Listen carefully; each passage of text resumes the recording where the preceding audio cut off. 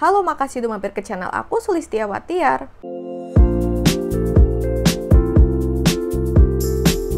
Sebenarnya aku udah lama banget tertarik buat cobain sunscreennya Amaterasu dan baru kesampaian sekarang. Tapi di sini aku baru mau coba satu produk aja, yaitu ini dia untuk yang SPF-nya 35. Nama lengkap dari produk ini adalah Amaterasu UV Water Barrier Sunscreen. Ketika aku bandingkan dengan sunscreen brand dari merek lainnya, biasanya kalau yang SPF-nya 30 atau 35-an, itu tuh biasanya tuh PA plus-nya tuh ada 3. Sedangkan si Amaterasu ini, walaupun dia tuh SPF-nya 35, tapi PA plus-nya tuh ada 4.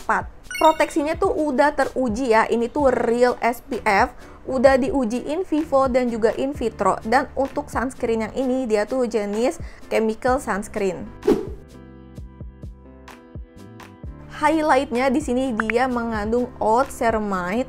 Kalau dari segi klaimnya sih nggak neko-neko ya. Kalau yang aku tangkep sih intinya dia tuh tipe basic sunscreen. Pokoknya di sini dia tuh klaimnya bisa untuk melindungi kulit dari UVA, UVB, blue light, radikal bebas, polusi, terus juga nyaman dipakai sepanjang hari, nggak lengket, tidak white cast dan non peeling. Jadi benar-benar klaimnya juga basic ya. Dia tidak mengandung drying alkohol, tidak mengandung paraben, dan tidak mengandung fragrance. Teksturnya lebih ke creamy lotion, bukan tipe yang watery banget, bukan tipe yang basah. Termasuk gampang di blendnya dan juga termasuk cepat meresapnya. Di mata aku juga nggak perih dan sesuai dengan klaimnya juga, nggak peeling dan nggak white cast dan juga nggak lengket. Oh iya, sebelumnya aku mau ngucapin terima kasih banyak untuk kamu yang udah bantu support aku dengan cara like dan juga subscribe channel ini. Kalau di aku finishnya tuh cenderung ke satin, tapi makin lama ditungguin agak sedikit cenderung ke semi matte, tapi masih dominan ke arah satin pokoknya. Untuk feel-nya ini lembabnya surprisingly enak banget. Ini aku suka banget lembabnya. Dan buat sebuah sunscreen menurut aku lembabnya juga lumayan tahan lama. Kalau dirasa-rasa ya tentu aja ada yang menguapnya gitu, tapi nggak yang menguap banget, masih ada sisa kelembabannya. Ini enak banget di kulit aku yang cenderung normal to dry skin. Enak banget, skip moisturizer juga bisa banget. Kalau untuk ketahanan minyaknya, sebenarnya dia juga nggak mengklaim buat menahan minyak. Tapi kalau di pengalaman aku, ini sama sekali nggak bikin kilang minyak. Cuman mungkin secara garis besarnya, menurut aku bukan tipe yang menahan minyak banget. Kayak biasa aja atau standar aja buat kemampuan menahan minyaknya. Kalau dipakainya di hawa yang panas, ini tuh ada sedikit potensi kusam. Tapi kalau misalnya dipakainya di hawa yang adem, menurut aku sih nggak kusam ya.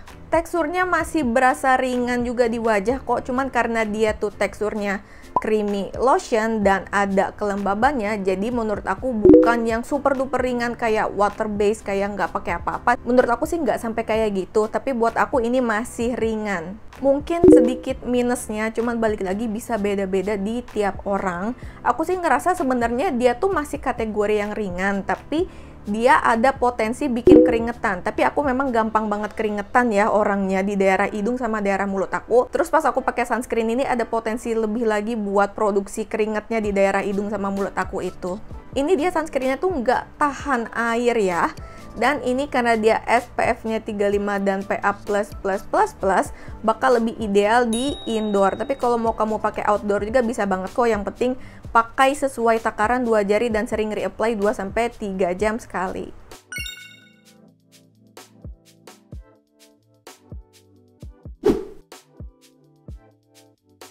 Kesimpulannya menurut aku sunscreen ini masih bisa dipakai buat all skin types, cuman memang bakal lebih ideal buat yang kulitnya cenderung ke dry skin. Menurut aku juga ini masih bisa dipakai buat yang kulitnya sensitif atau pas lagi ada jerawat atau beruntusannya. Menurut aku masih bisa karena dia tuh lebih ke basic sunscreen gitu ya buat klaimnya juga. Overall sih di kulit aku yang cenderung dry skin, ini aku suka ya sama sunscreennya. Harganya juga masih terjangkau buat proteksi yang udah diuji dan real. Ini dia tuh ada 40 gram, harganya sekitar kurang lebih 35 ribuan, masih affordable banget. Buat kamu yang mau cek produknya, linknya ada di kolom deskripsi ya. Ini worth it buat dicoba sih. Jadi gimana, setelah kamu nonton review dari aku, kamu tertarik gak buat cobain sunscreennya Amatera Sun ini? Boleh komen ya.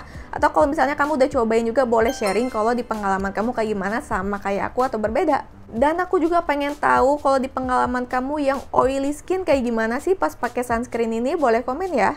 Jadi segitu dulu review dari aku. Kalau video ini membantu dan bermanfaat buat kamu, jangan lupa like dan juga subscribe-nya ya. Terima kasih banyak untuk supportnya. Sampai jumpa di video aku selanjutnya. See you!